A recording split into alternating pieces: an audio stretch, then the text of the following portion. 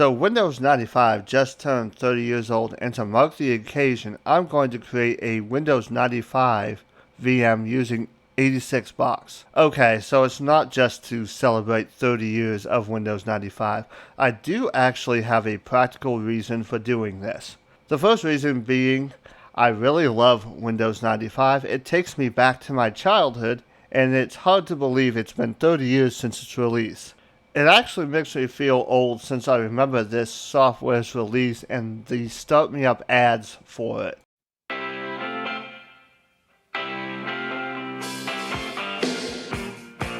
I'm not going to be doing any type of retrospective because this video is going to be long enough and I'm not really good at doing that kind of thing. If you want to see a good retrospective, diving into the history of Windows 95, I recommend LGR's video. I'll link it up in the cards and in the description below. The second reason is that I really want to play one of my favorite turn-based strategy games called Axis and Allies. I haven't played this game in forever, mainly because it's extremely hard to run on modern systems. If you try to run it on modern systems, you can't read the text on the menus and some of the graphics don't display properly.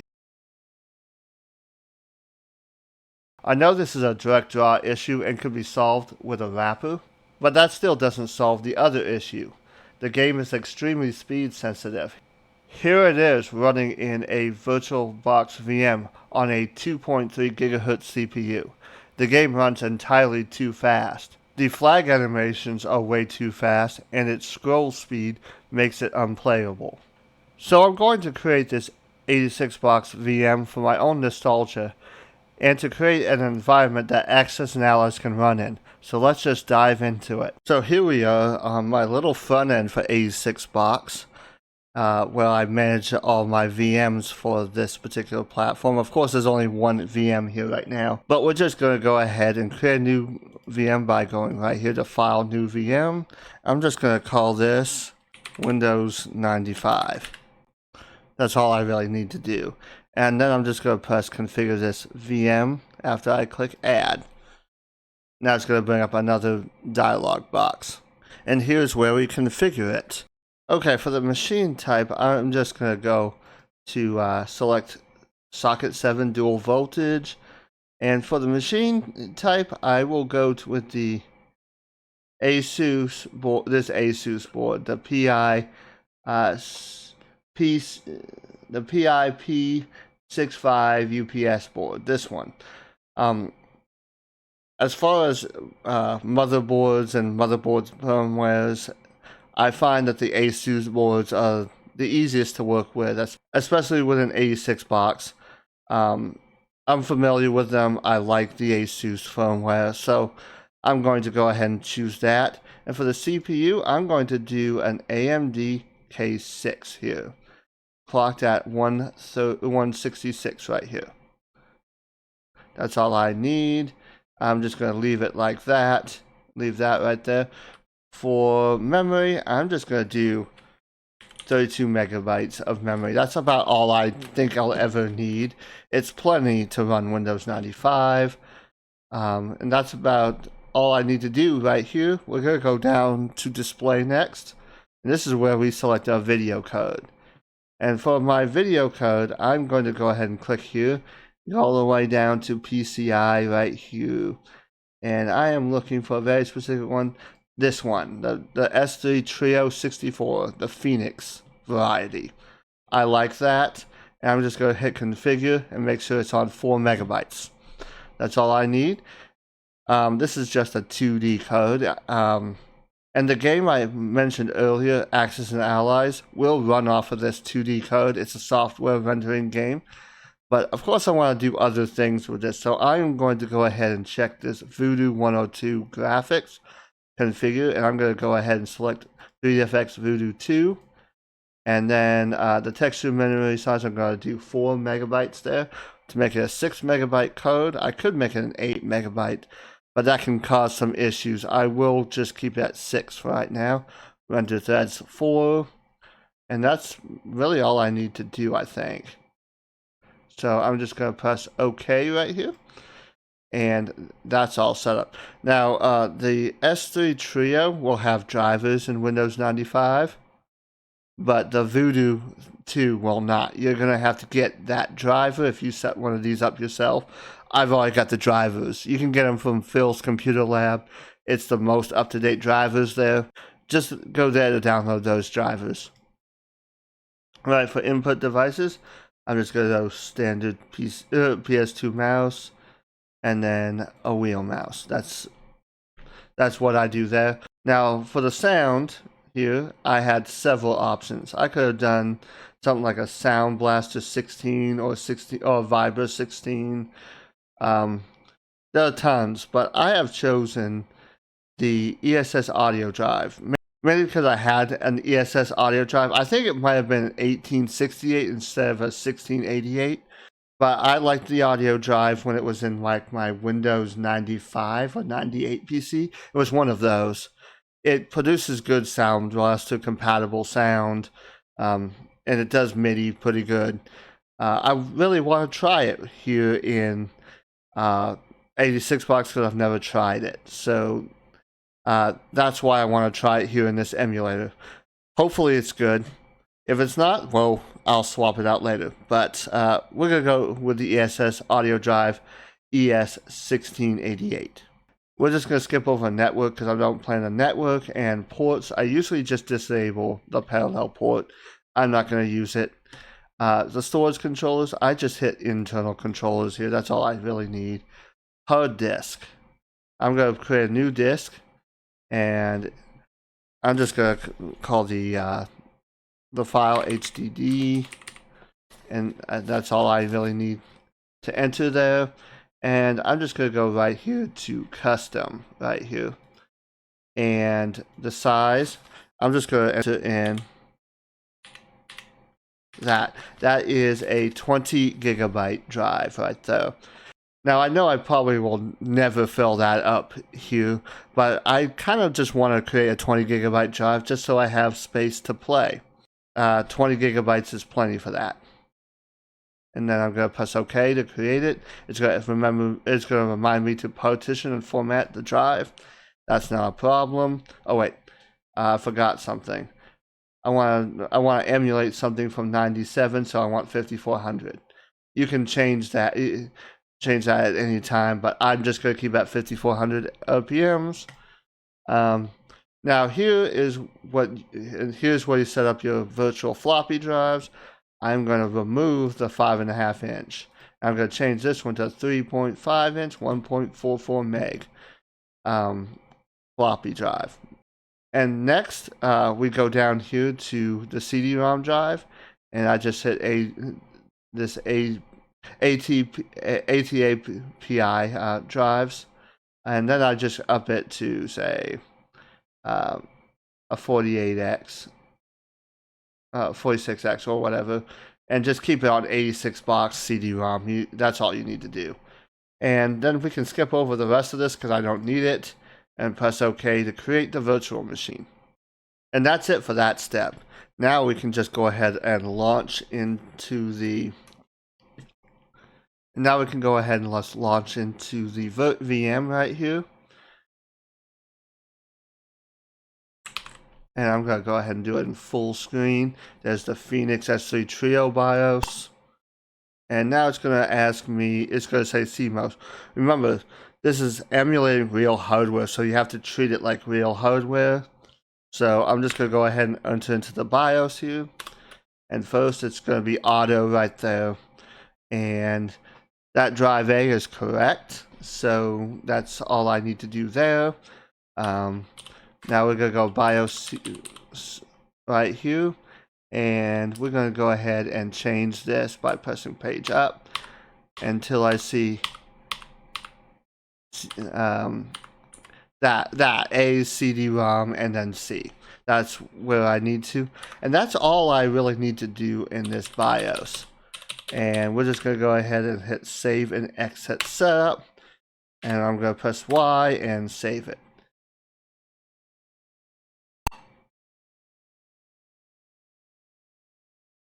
And now it's going to tell me that there's no operating system. Of course, I'm going to do Windows 95. So I'm going to go ahead and insert a disk into my external external CD-ROM drive here, and we're gonna go ahead and get that going. I'm gonna go ahead and exit out, and I just do this by just going media right here, go to my CD-ROM drive here, and click folder, because this is the way Linux works, because this is on a Linux host machine. And I'm just gonna go up all the way up into here, and I'm just gonna wait for a second while it mounts the drive. Okay, and we're back. It took a second for me to get it mounted, but then I press open the folder where the CD-ROM drive is and hit choose, and then I just do a hard reset right here.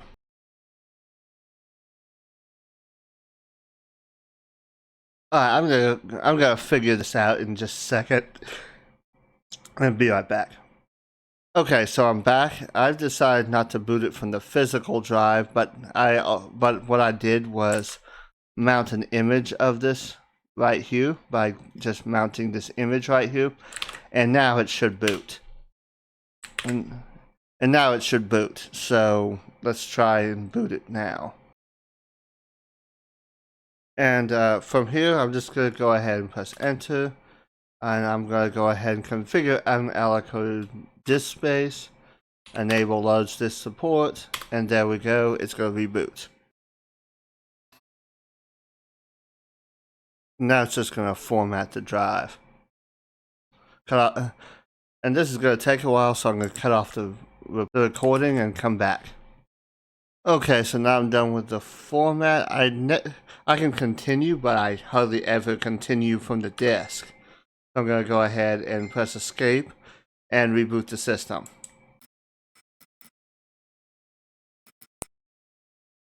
Okay, so here we are back at this blue screen. I'm just going to press F3 and F3 again to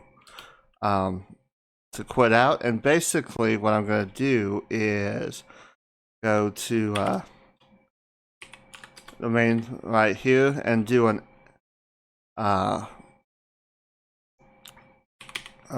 create a directory on C called Win95 and copy the Win95 folder to the C Win95 folder, and press enter, and I'm going to copy all the setup files to the disk. Okay, so now that we've copied that, I can go ahead and unmount this image here because I don't need it anymore, and change back to the C drive, and go to the Win95 folder and run setup from the hard drive. And now it's going to ask me to run ScanDisk, so we're just going to go ahead and run ScanDisk.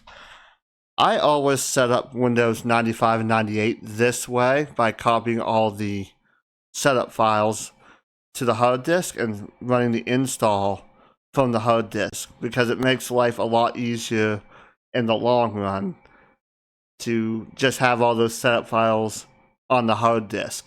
The reason why I do this is because if you have the setup files on the hard drive, if you swap out ports, like the emulated ports within this VM, you can just simply tell the computer where the setup folder is on the hard drive instead of having to dig out the disk.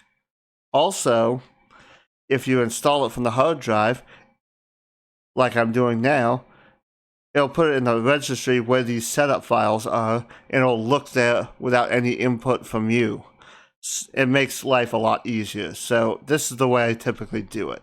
So now basically it's just a Windows 95 install. And I think we've all seen one of these, so I'm going to go ahead and hack off the recording and just install from here. Okay, so here we are. We've finished the basic setup here. And we're just going to go ahead and click finish, and it'll reboot the VM.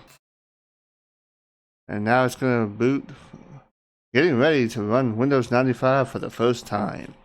That's always exciting. And now it's just going to set up the hardware. So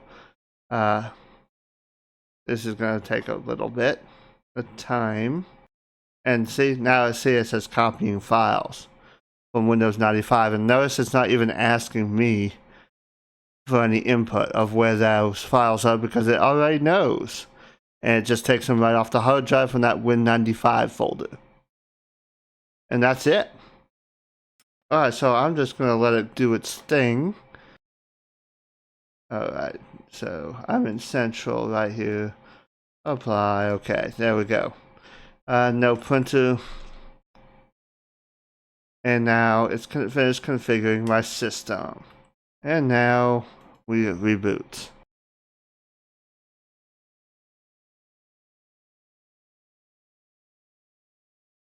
Okay, so we've got a desktop here. So basically, let's take a look right here. Properties. Right here like that. See, 32 megabytes of RAM. Authentic AMD. Registered to me. Windows 95, of course. Let's go to Device Manager here. And look, we don't have audio drivers here. I didn't think that we would do that. PCI multimedia video device. That's the Voodoo. I thought I disabled that. No, the ESS audio drive. There is no. It says device isn't present or not. Yeah, we don't have drivers installed yet. Didn't expect any for the audio drive. I've got those. So basically, yeah, this is what it looks like. It looks like everything's working good. We've got the S3 code here. It's going just fine. We can just go ahead and turn this to high color. Apply. Yeah, we'll just define a monitor now. That's fine. And I always just select plug and play monitor for these. And apply without restarting. Don't ask again. There we go. And yes, we go. But as you can see, it sees the trio just fine. 4 megabytes. All of that. So now, I'm going to do all the things that make me happy, like install DirectX and install drivers and install software and all that stuff. And I'll be back probably in the morning because it's already 10 p.m. And I'll show you what it looks like when I'm done.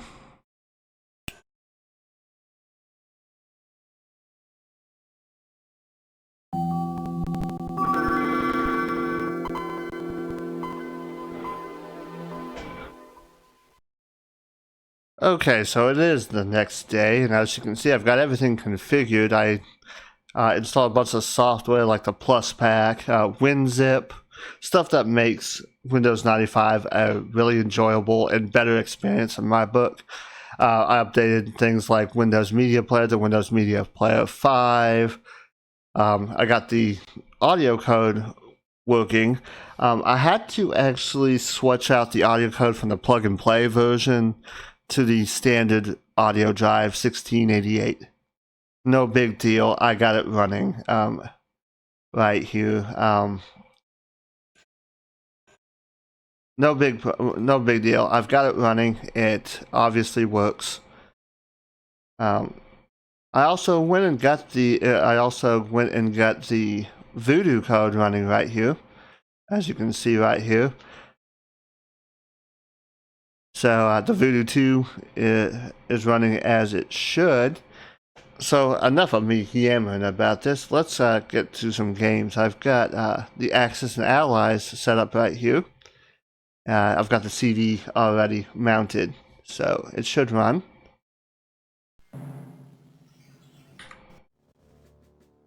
That volume's a little low. Let me turn it up.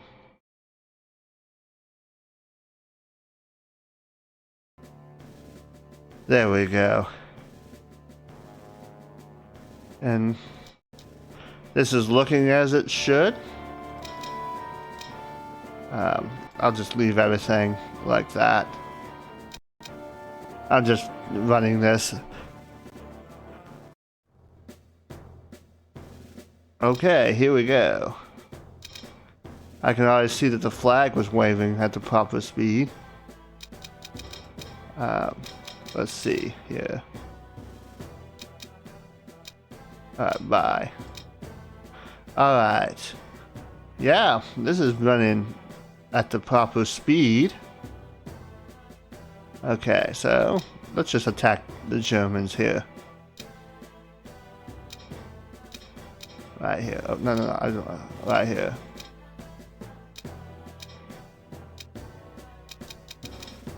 No, yeah, I know. All right, done. And let's go ahead. Let's attack here.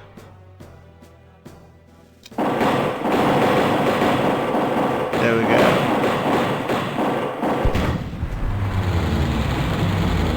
Whoa.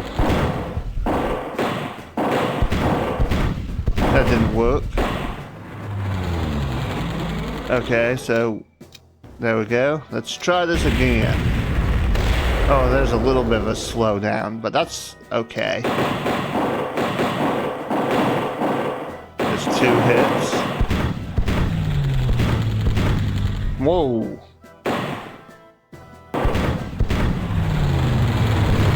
That, yes, I win.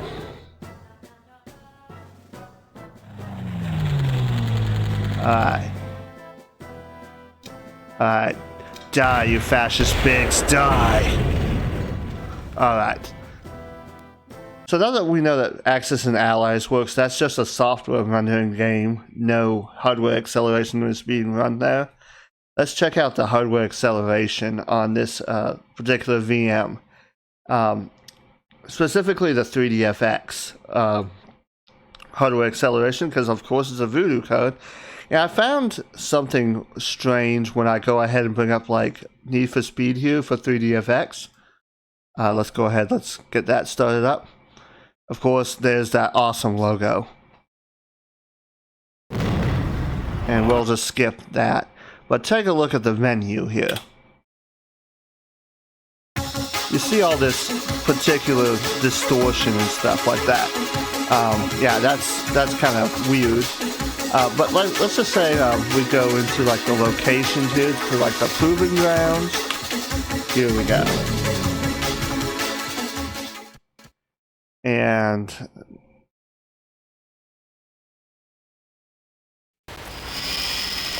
here we go. It looks just fine here. 3, 2, 1, go! And once it gets loaded in, it's fine.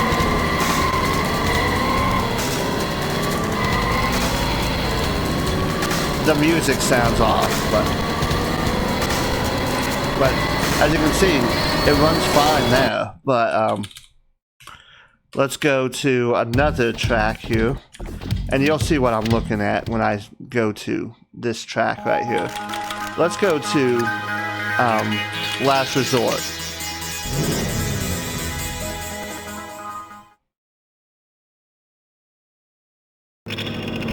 You get all that distortion in this track.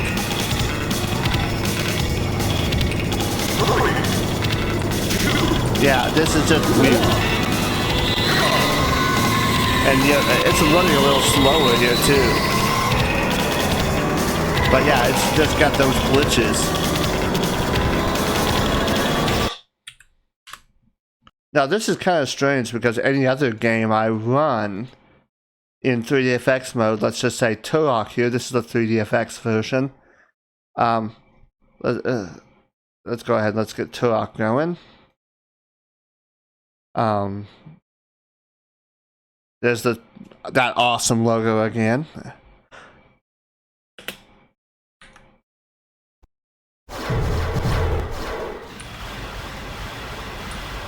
Alright, skip over all this stuff. I mean, this is running just fine. I hit start game. No graphical problems, no glitching. Nothing like that. This is actually running quite good.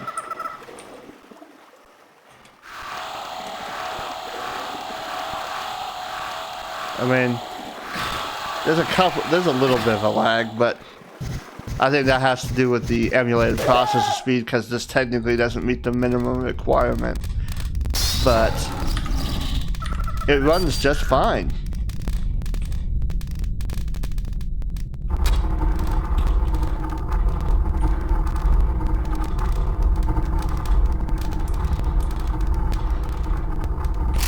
I mean, no graphical stuff.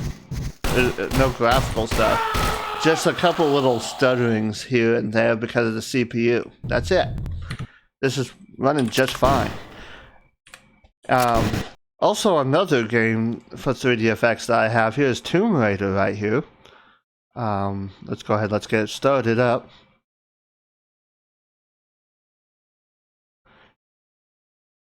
The splash screen goes. I love this intro.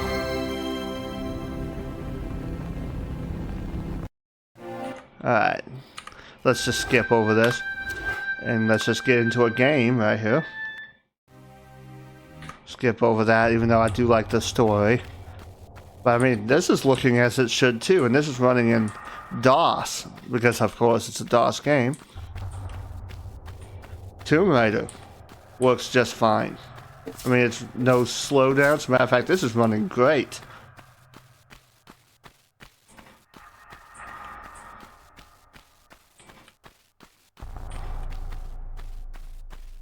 There we go. I mean, the sound sounds as it should. And she controls just as she should. And we just hit this secret just fine. I mean, yeah, this is just Tomb Raider. Matter of fact, this is running absolutely great here. No stuttering, no graphical glitches, except for the normal ones that you always got in this game.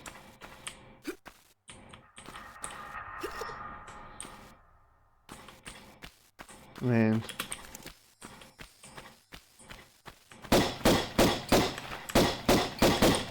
there we go. Whoops. There we go.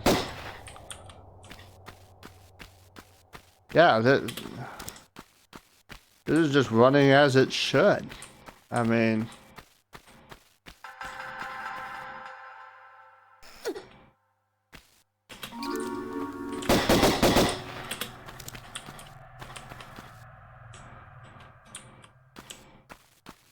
yeah.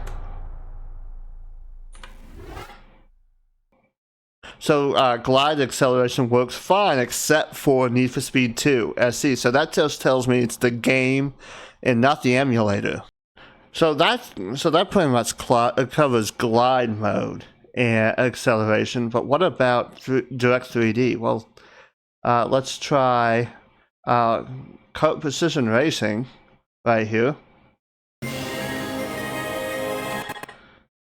Let's just skip the video right here. Whoops. Not those options. Graphics. As you can see, it's set to direct 3D here. And let's just fire up. Cleveland is 90 laps around a 2.3 mile track for a total of 213 miles. We're not going to do all of that. Okay.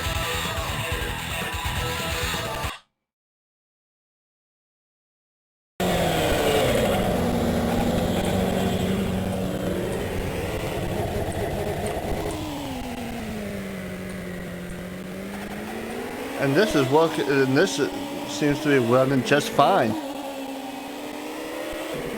Everything looks good. It responds well. It doesn't seem to be dropping frames.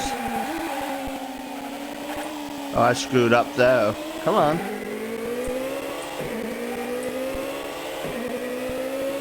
Looks good to me. Let's crash.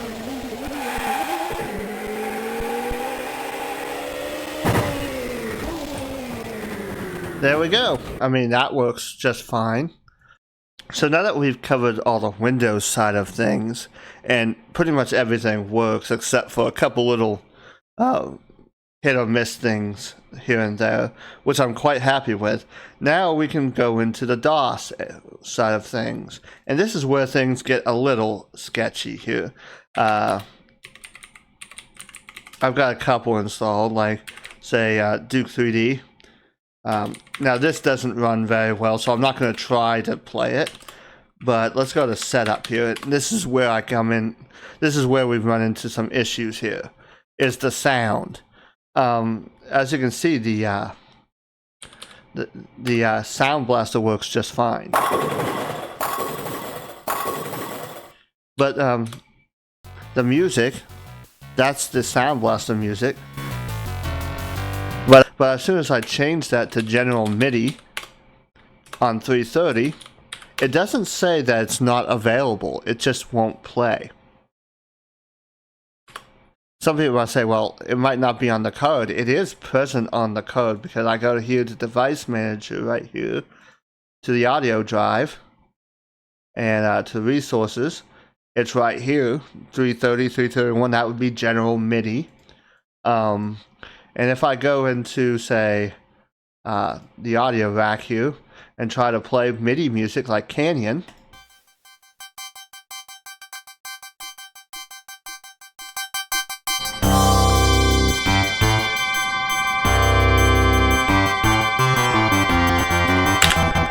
I mean, it works just fine. And right in the Windows side of things, it's just DOS.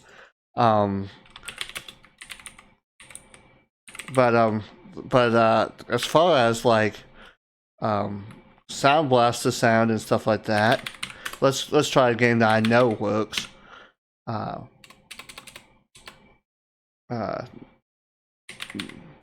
Actually, let me see if it's actually set up right. Okay, it looks like it's set up right.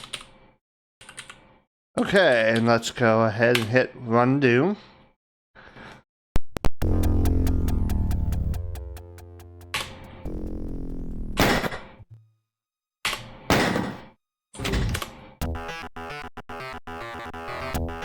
I mean, this runs just fine. Oh, there's a little slowdown.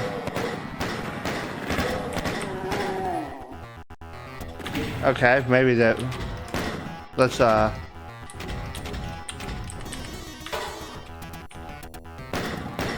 we go.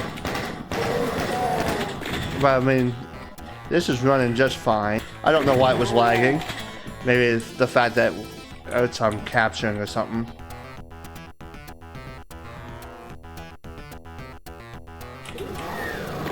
But I mean, this is running pretty good. Now, overall, I'm pretty much happy with this VM and the setup I have.